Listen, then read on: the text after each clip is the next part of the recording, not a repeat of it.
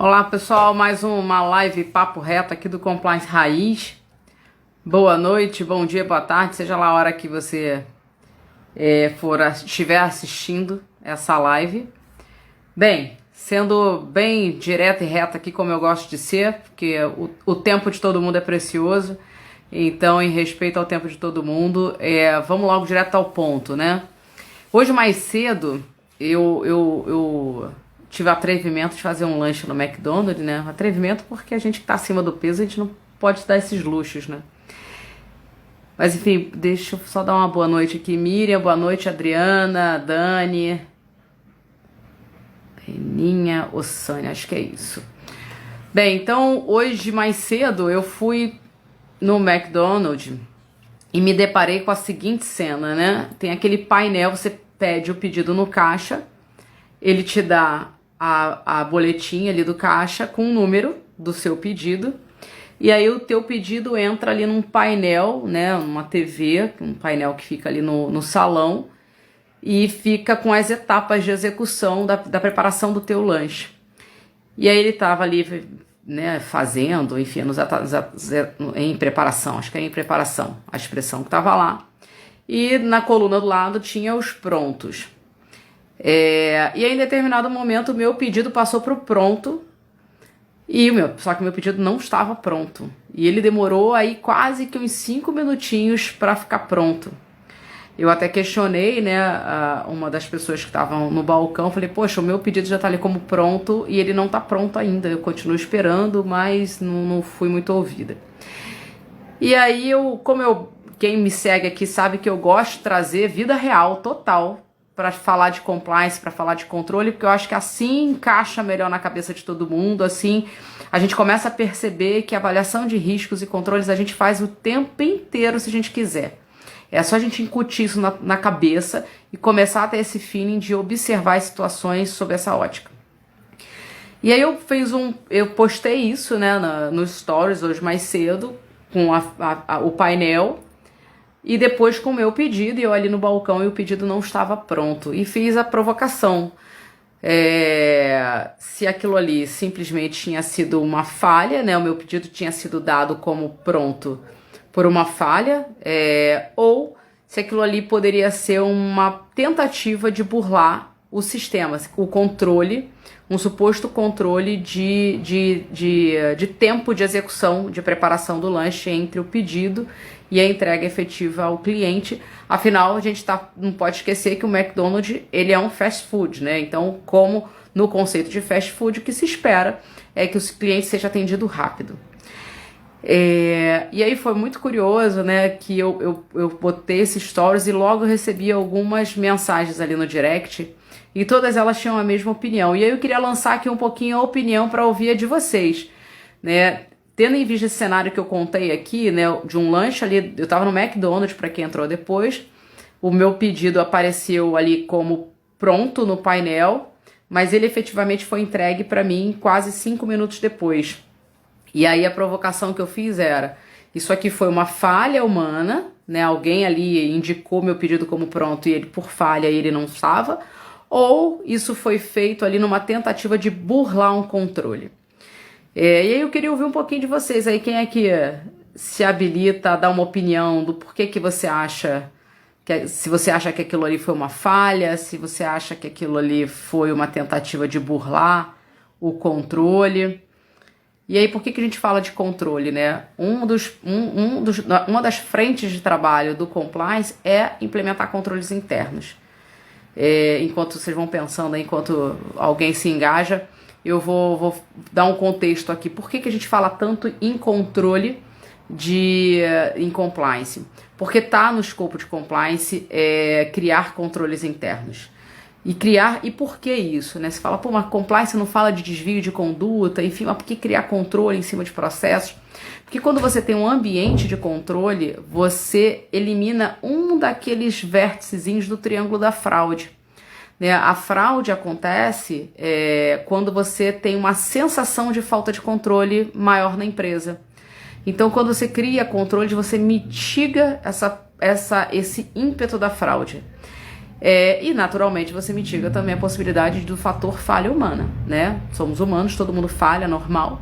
E quantos mais controles você tem, mais chance você tem de detectar e reagir e corrigir uma falha humana sem que aquilo acarrete ali um problema em sequência, né?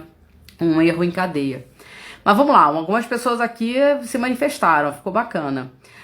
Tentativa de burlar o controle como rápido. Com certeza foi para burlar o controle. Legal. E assim, essa foi unânime, tá? Todas as pessoas que me mandaram mensagem no direct falaram, com certeza a tentativa de burlar o controle. E aí pode ser, tá? Pode ser que sim. Mas o que a gente tem que pensar é o seguinte, sempre que a gente vai avaliar controle, a primeira pergunta que a gente tem que fazer é o seguinte, qual é o objetivo do controle? Né? Alguém me respondeu aqui. Depende de quanto tempo você já estava esperando antes de aparecer como pronto. Na verdade, assim, o tempo que eu esperei te respondendo, Miriam, o tempo que apareceu como pronto teria sido suficiente para ele ficar pronto, tá? Eu já estava ali alguns minutinhos, teria sido suficiente. Então, eu tive até a impressão de que, na verdade, o meu pedido foi montado para um delivery, tá? E aí eles se atrapalharam ali. Então, a minha percepção ali, no caso concreto, foi de que foi um erro, tá? Mas assim, analisando friamente o resultado de um controle, né? Primeira coisa que a gente tem que pensar quando a gente avalia controle é qual é o objetivo dele. Porque vamos parar para pensar aqui. A gente supõe que aquele painel, que aquele display que é colocado ali no McDonald's, do controle, né, que dá aquela informação se o pedido tá em preparação ou se ele está pronto, a gente supõe que aquilo ali é um controle de tempo de preparação, né, para garantir ali o conceito do fast food. Se realmente ele for, né, se ele for um mecanismo de controle, aí de fato a gente pode supor que ou foi um fator falha humana ou que de fato aquilo ali é uma tentativa de burlar o tempo de eficiência daquela loja. Então esse é um ponto. Agora pode ser que não. Pode ser que aquilo ali seja um controle mínimo, simplesmente de prestação de informação para o cliente. Se o objetivo daquele painel for esse, não faz a menor diferença ela ter apertado antes ou depois. Na verdade, o que vai afetar é a minha percepção de qualidade de atendimento, né? Então, falar, caramba, olha que droga, né? Eles dão uma informação ali para mim e, na verdade, não é real. Então, o objetivo do controle é diferente. Então, se ele é um controle de tempo, ok, ele pode estar sendo burlado. Se ele é um controle de prestação de contas ali para o cliente, para deixar o cliente informado, né? A gente sem informação fica angustiado, né? Isso é natural do ser humano. A falha é outra, né? A falha está na experiência ruim que ela vai gerar no cliente.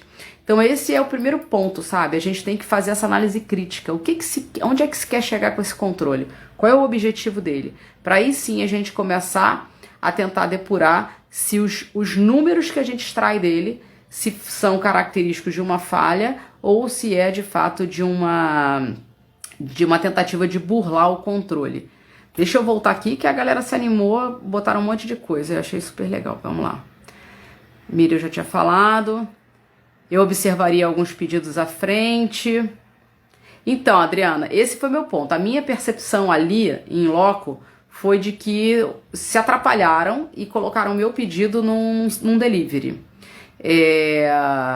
Mas essa foi a minha percepção. Em uma avaliação de controles, você nem sempre está em loco observando, né? Então, o que você recebe olha, o tempo de entrega tá longo. E por que tá longo, né? Porque tá tendo falha no momento em que se registra que ele tá pronto, ou realmente é falha humana, ou realmente existe ali uma tentativa de fraude no controle para melhorar os indicadores da loja. Esse é um ponto.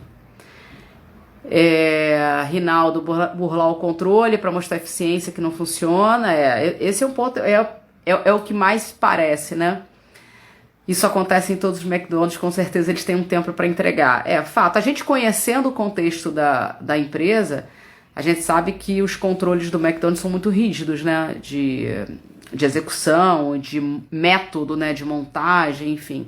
É quase que ali um processo de linha de produção.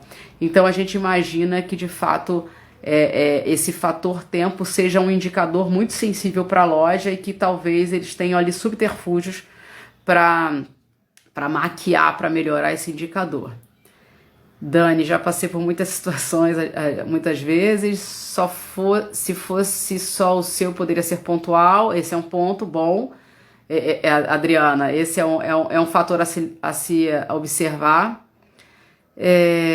na experiência das pessoas que estão ali, né? São pessoas novas, são pessoas que foram treinadas recentemente ou não. Então, tem vários fatores que a gente tem que observar quando a gente faz uma análise de controle e não é uma primeira percepção. E aí, algumas pessoas falaram, né? Mas com certeza foi por lado, porque eles têm um tempo de entrega, né? Eles são avaliados por isso. E aí eu vou entrar num outro ponto, né? O primeiro é a gente sempre estar atento a isso. Qual é o objetivo do controle? Esse controle serve para quê? E aí sim a gente começa a analisar se a forma como ele está desenhado, ele garante que esse resultado seja alcançado, que esse objetivo seja alcançado, que ele garanta que de fato esse indicador seja mensurado como deve ser. Aí eu vou passar para um outro insight que a gente tem que ter, que a gente tem que observar na avaliação de controles, que é o seguinte: qual é a melhor fonte de informação para esse controle? Esse é um outro ponto.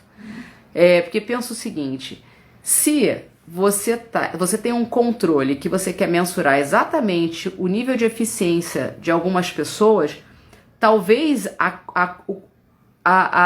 apertar o botão ali, né? Olha, tá aqui, tá entregue, não seja a melhor forma, não é a melhor fonte de dado para você mensurar esse controle. A gente entra naquele conceito de conflito de interesses. Eu sou a maior interessada de que esse meu indicador seja excelente. Então, será que mensurar com o stop do tempo, sendo um botão que a própria pessoa que está sendo avaliada é o melhor dado para eu buscar? É um ponto a se pensar.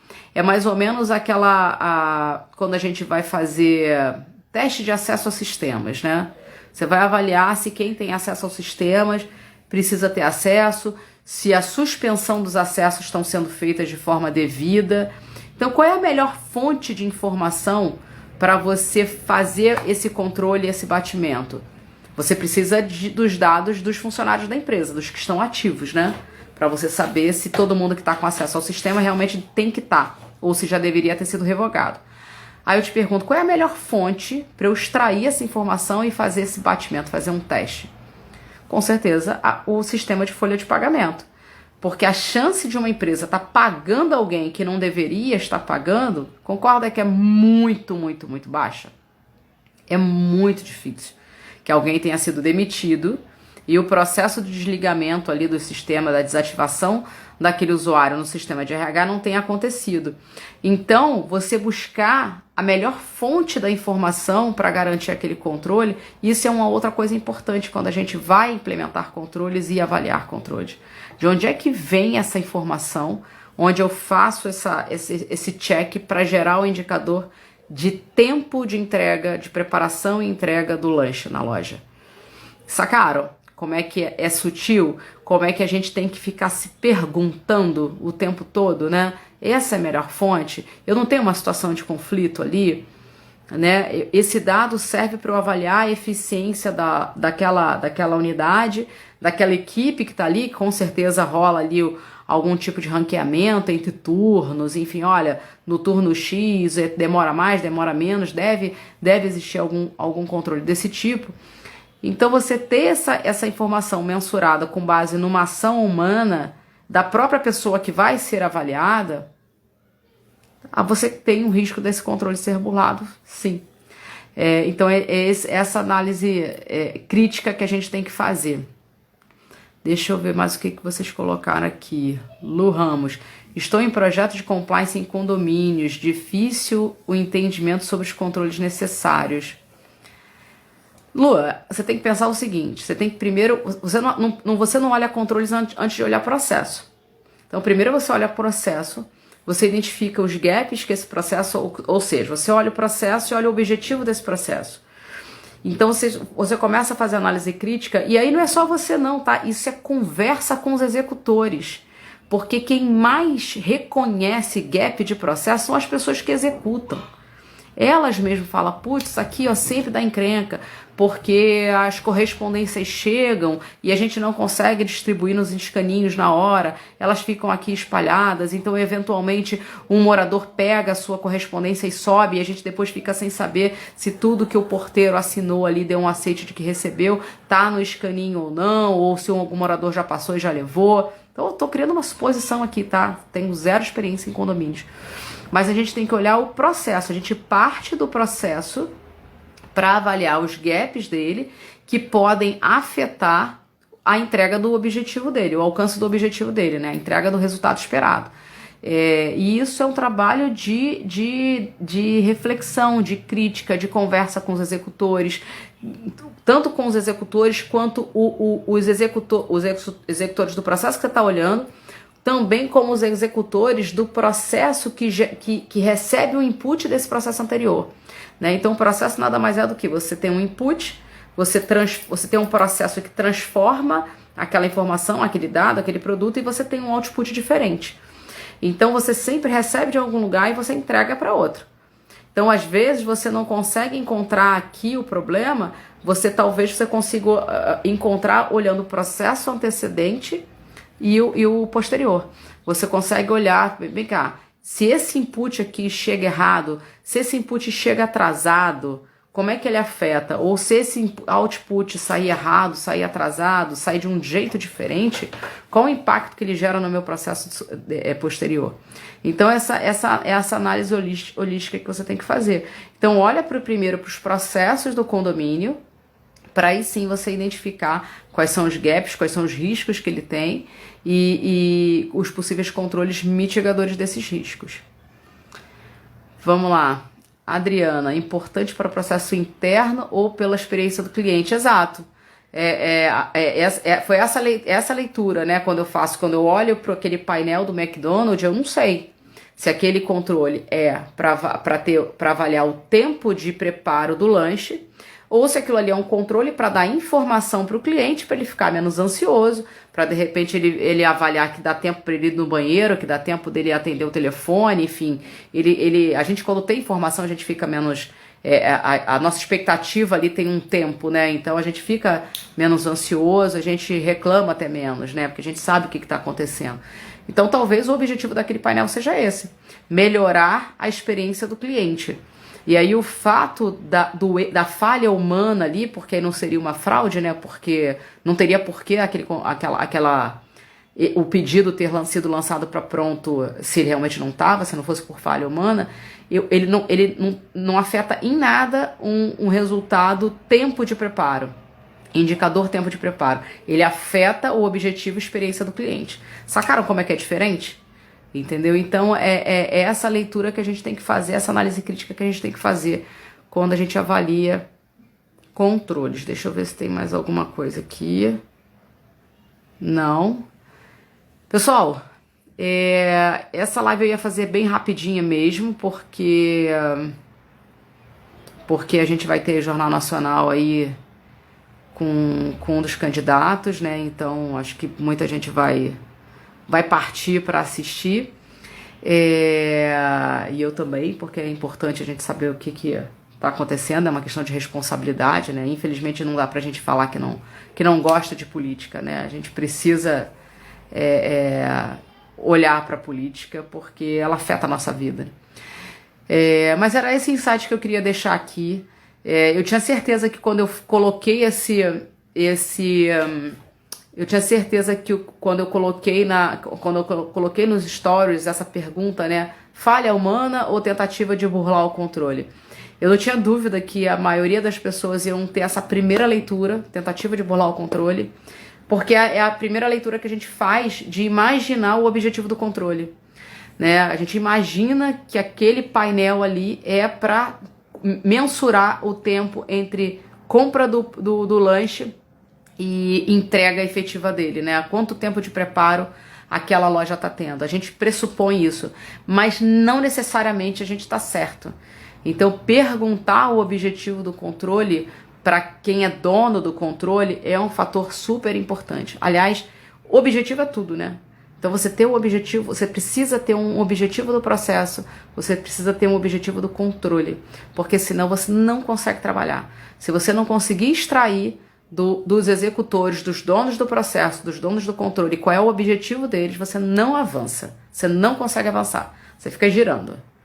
Então você tem que arrancar. E às vezes pode parecer fácil, mas não é.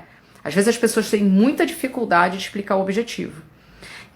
Às vezes se pergunta, né, mas por que você tira todas essas xerox?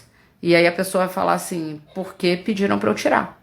Não, mas qual é o objetivo, né, de você tirar todas essas xerox nesse momento? Então você tentar extrair da pessoa, por mais simples que seja o processo que ela executa, você tentar extrair o objetivo dela com aquele resultado é super importante, porque isso dá melhor visibilidade para ela fazer uma análise crítica se a forma como ela está executando de fato é a melhor, e você te permite avaliar se o desenho daquele processo responde ao risco que ele representa para a empresa, seja ele regulatório, seja ele de obrigações de compliance mandatórias ou voluntárias. Aí, quem tiver dúvida sobre essas duas expressões, manda lá no direct que eu coloco isso numa próxima live. Mas se é profissional de compliance, tem que entender esses conceitos, obrigações de compliance mandatórias e obrigações de compliance voluntária. Então, a gente começa a conseguir fazer essa leitura, se de fato o processo está bem desenhado, se ele mitiga os riscos inerentes a ele, se ele sai, né, do risco inerente para um risco aceitável, né, você começa a mitigar ali para um risco residual, né, à medida que você implementa controles, você fica com um risco residual e esse residual é avaliado como aceitável. A dinâmica é essa. Pode parecer complexo, mas é metódico. Se a gente aprender a raciocinar de maneira metódica, fica mais fácil. E é exercício, né? Então a gente precisa fazer essa análise crítica para fazer uma boa leitura e aí, de fato, avaliar se o controle é efetivo ou não, se precisa ser melhorado, se aquela fonte de informação é a melhor fonte de informação, se deveria ser outra. E é isso, é exercício. E para quem está no condomínio aí, sem saber por onde começar, começa pelos processos. Quais são todos os processos que são executados dentro do condomínio? Se não tiver ninguém que saiba te explicar, né, o fluxo de valor, a cadeia toda que acontece dentro do condomínio, vai nos executores. Se tiver equipes ali separadas, vai nessas equipes e fala o que vocês fazem. Às vezes as pessoas também têm dificuldade de explicar o que elas fazem porque elas não conseguem entender que o trabalho delas são processos. Então eu tenho um processo de controle de portaria, eu tenho um processo de distribuição de correspondência, eu tenho um processo, qual outro processo que pode ter no condomínio. Então ela não consegue enxergar o trabalho dela como processo. Aí uma boa pergunta para você é falar assim, me conta como é o teu dia. Você chega aqui, você faz o quê? Me conta a tua rotina. O que você faz todo dia? O que você faz dia sim, dia não? Todo dia é igual? Tem algum dia que é diferente? Me conta. Aí fica mais fácil. As pessoas começam a explicar, não, todo dia eu chego, aí eu pego as correspondências, eu separo por apartamento, eu distribuo nos escaninhos, eu boto ali num romaneio, ali num controle de recebimentos para cada um dos moradores assinarem quando é registrada, quando é mercadoria. E aí você é que vai encadeando isso com uma visão de processo. Você que começa a desenhar isso. E é desenho mesmo, gente. Desenhar processo é um exercício. Porque quando as narrativas de processo são bacanas, são bacanas e são necessárias, são extremamente úteis. Mas quando você fluxograma um processo, você desenvolve a capacidade de sintetizar o processo em etapas, em atividades. E isso é exercício. Não adianta você ficar lendo 1000 livros, 1000 apostilas, e-books e o cacete A4 que você não vai aprender a fazer se você não exercitar.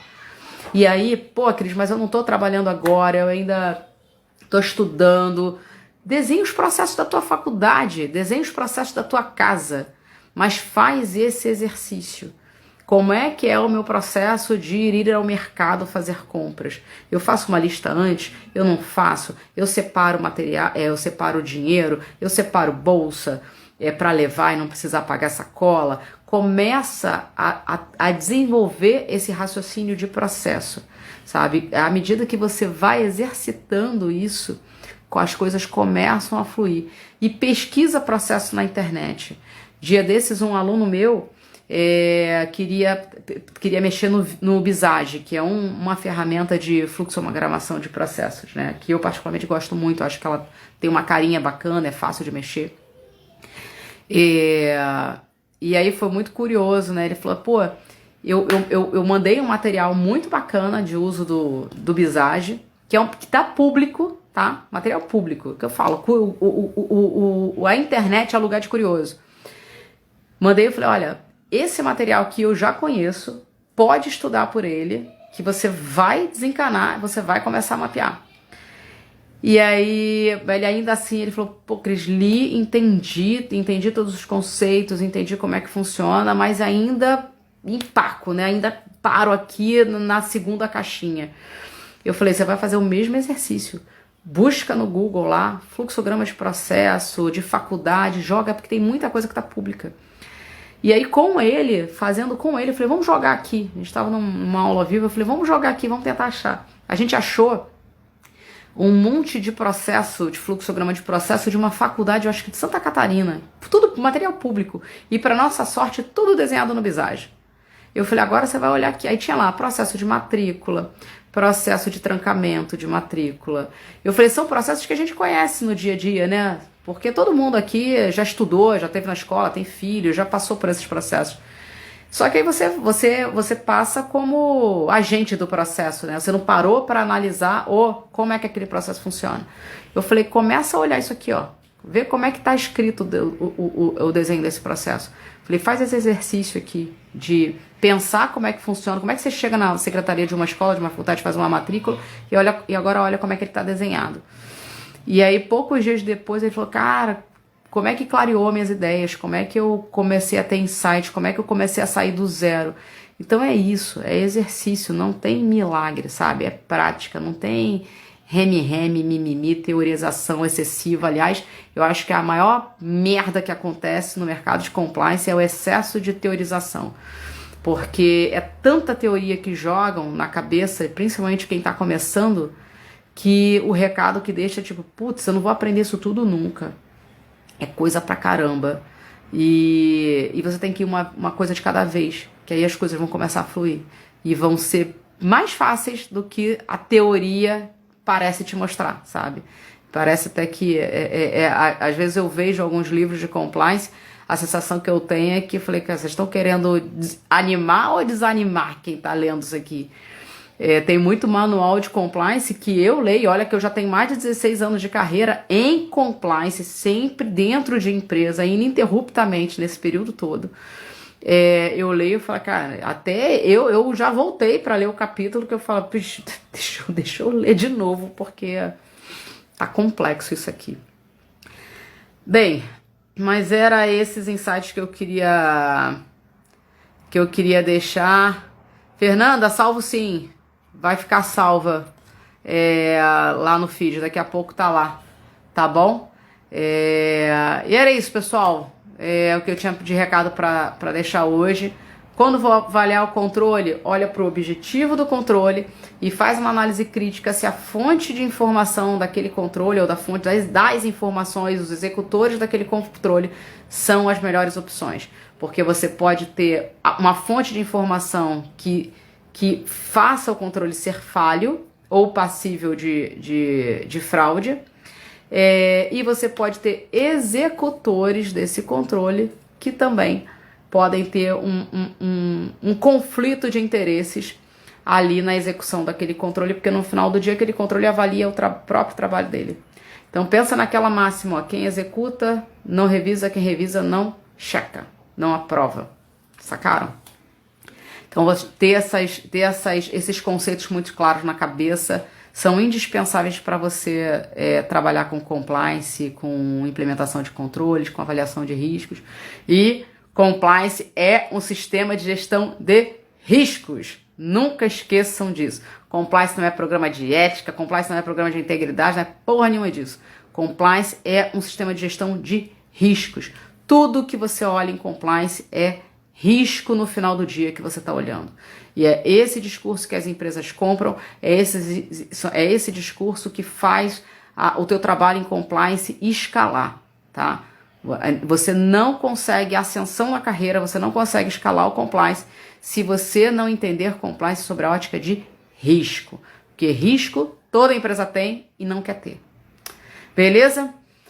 Obrigada, pessoal, por quem conseguiu entrar no início, ficou até agora, quem ficou só um tempinho. Vou deixar a live salva aqui, ela tá curtinha, tá direta e reta, sem enrolação, sem bom dia, boa tarde, boa noite, longos, em respeito aí ao tempo de todo mundo, porque tempo no mundo dos adultos é dinheiro. Então, ser direta e reta, franca, sem enrolação, é a maneira de eu ser sincera e honesta aqui na minha proposta com o canal. Tá bom? Obrigada. Até a próxima, pessoal. Obrigada, Carolina. Eu não sei exatamente de qual que você tá falando, mas é isso, é o que eu penso mesmo. Vocês nunca vão ver material meu de enrolação, dificilmente vocês vão ver aí um stories meu de café da manhã, porque é isso, minha proposta aqui é trazer conteúdo, informação, e o tempo de todo mundo é curto, a gente está recebendo uma enxurrada de informação, né? A gente está aí nesse mundo de positividade tóxica, então eu tento ao máximo não entrar nesse looping, tá bom? Obrigada, boa noite, pessoal, até a próxima.